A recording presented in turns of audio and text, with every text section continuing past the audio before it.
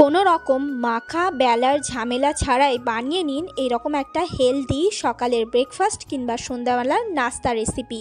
তো চলুন দেখে নিই এটা আমি কিভাবে বানিয়েছি। আসসালামু আলাইকুম, ছোট্ট বড় সকলকে আমার সালাম জানিয়ে ভিডিওটিকে শুরু করলাম। এখানে আমি নিয়ে নিয়েছি বড় একটা পাত্র আর এর মধ্যে দিয়ে দিচ্ছি 1 কাপ পরিমাণ গমের আটা। আমি এটা গমের আটা দিয়ে করব। নুন দিচ্ছি স্বাদ অনুযায়ী। এবারে এর মধ্যে দিয়ে দেবো হচ্ছে সামান্য জল দিয়ে একটা স্মুথ ব্যাটার রেডি করে নেব। ব্যাটারটাকে আমরা খুব ভালোভাবে কিন্তু ফিটিয়ে নেব যাতে এর মধ্যে কোনো রকমের লাম্পস না থাকে। তো তৈরি হয়ে যাওয়া ব্যাটারটাকে সাইড করে দিয়েছি। এবারে গ্যাস অন করে গ্যাসের মধ্যে একটা ফ্রাইং প্যান বসিয়ে দিলাম। এর মধ্যে অল্প পরিমাণ সাদা তেল দিয়ে চারিদিকে ফ্রাইং প্যানের মধ্যে ছড়িয়ে দিলাম ঠিক এইভাবে। আমাদের এই রেসিপিটা কিন্তু অয়েল ফ্রিও হবে, কেননা একদম অল্প পরিমাণ তেল দিয়ে কিন্তু আপনারা এটা বানিয়ে দিতে পারবেন। তো এবারে যে তৈরি ব্যাটারটা করেছিলাম তা সেখান থেকে অল্প অল্প করে সামান্য চামচের সাহায্যে এইভাবে নেবো। 1 হাতা পরিমাণ নিয়ে কিন্তু এইভাবে সেন্টারে দিয়ে কিন্তু চারিদিকে ছড়িয়ে দেবো ঠিক এইভাবে। আপনারা দেখতেই পাচ্ছেন আমি কিভাবে করলাম। এবারে একটা ডিমকে ফিটিয়ে নিচ্ছি। এখানে আমাদের কিন্তু একটা ডিম দিয়েই কিন্তু দুটো পরোটা ভাজা হয়ে যাবে এখানে। তো এখানে কিন্তু এক পিঠটা আমাদের হয়ে গেছে, পরোটার উল্টো পিঠটা কিন্তু ভেজে নেব এইভাবে উল্টে দিয়ে।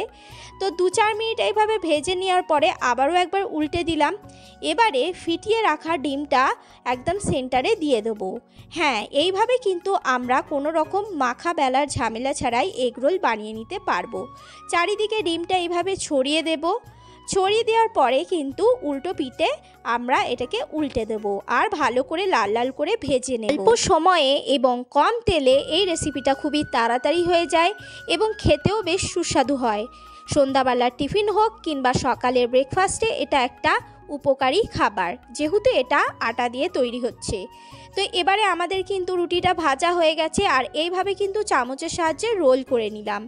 আপনারা চাইলে এইভাবে রোল নাও করতে পারেন, আমি একটা সুন্দর লুক ক্রিয়েট করার জন্য এটা করেছি।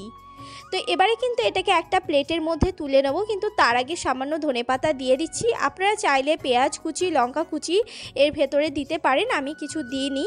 তো এই যে তৈরি হয়ে গেছে। তো এবারে কিন্তু একই পদ্ধতিতে বাকি পরোটাগুলোকেও কিন্তু এইভাবে ভেজে নেব। তো রান্নার ফাঁকে কিছু কথা আপনাদের সঙ্গে বলে থাকি, যদি ফেসবুক থেকে দেখেন তাহলে পেজটিকে ফলো করে দেবেন আর ইউটিউব থেকে দেখলে সাবস্ক্রাইব করে দেবেন। তো একটা বেলুন চাকতি নিয়ে নিয়েছি, এর মধ্যে কিন্তু আমরা নাস্তাটাকে রেখে দিলাম। এবারে একটা ছুরির সাহায্যে ছোট ছোট পিসেস করে কেটে নেব এইভাবে। আপনারা দেখতেই পাচ্ছেন আমি কিভাবে করছি ঠিক এইভাবে। আপনারা চাইলে কিন্তু নাও কাটতে পারেন, আমি আগেই বলেছি সুন্দর একটা লুক ক্রিয়েট করার জন্য আমি এটাকে করেছি। তো খেতেও সুবিধা হবে এরকম ছোট ছোট টুকরো হলে, আর বাচ্চারা খুবই এনজয় করে কিন্তু এটা এই ব্যস্ততার জীবনে এরকম ছোটোখাটো রেসিপি তাড়াতাড়ি করতে পারলে কিন্তু অনেকটা সময় সাশ্রয় হয় আর খেতেও কিন্তু এই রেসিপিটা সুস্বাদু।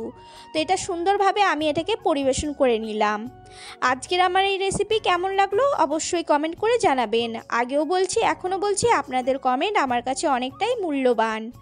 আবারও দেখা হবে নতুন একটা রেসিপি ভিডিও কিংবা ব্লগিং ভিডিওর সাথে। সুস্থ থাকুন, ভালো থাকুন, আল্লাহ হাফিজ।